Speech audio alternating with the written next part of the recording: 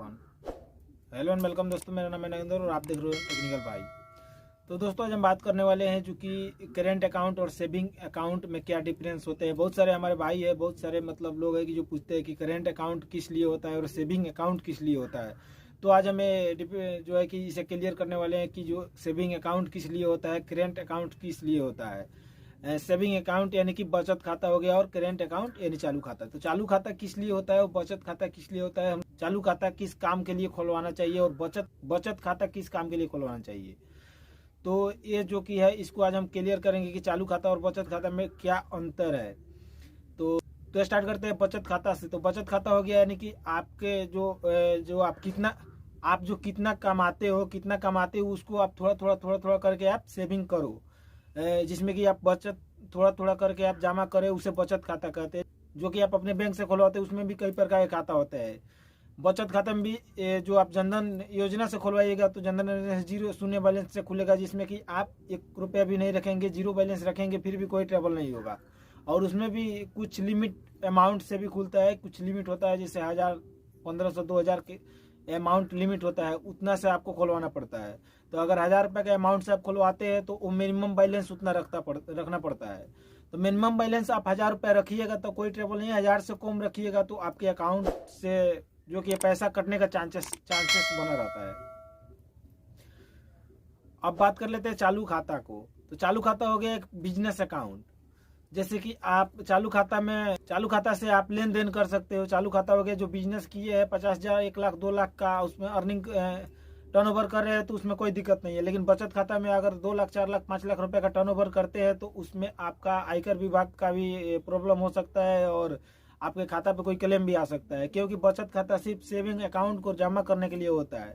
और चालू खाता हो गया बिजनेस अकाउंट, जो कि खाता हो गया आपका बिजनेस अकाउंट, जो कि आप कोई बिजनेस करते हो कि कहीं पे पैसा ट्रांसफर करना हो, जमा करना हो, कहीं से निकालना हो, उसके लिए चालू खाता हो गया।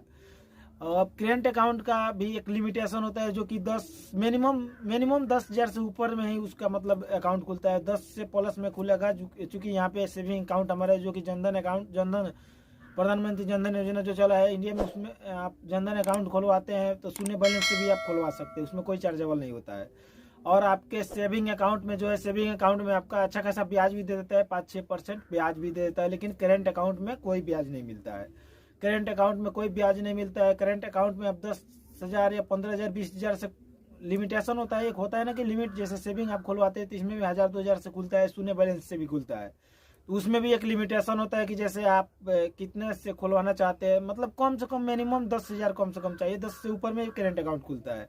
10, 15, 20, 25 ऐसे खुलता है। जैसे ICICI हो गया, वो कम से कम 25,000 मिनिमम लेता है, वो आपके एरिया पे डिपेंड करता है।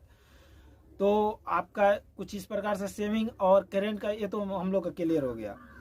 अब बात करते हैं सेविंग अकाउंट और करेंट अकाउंट में अंतर क्या है। तो सेविंग अकाउंट हो गया आपका बचत खाता है और करेंट अकाउंट हो गया आपका चालू खाता। चालू खाता का मतलब होता है कि जैसे उसमें लेन देन, टर्नओवर जिसका वो लेन देन होता है, लेन देन आप पर डे या 2 दिन, 4 दिन, 5 दिन या 10 दिन में मतलब उसमें लेन देन कर रहे हैं।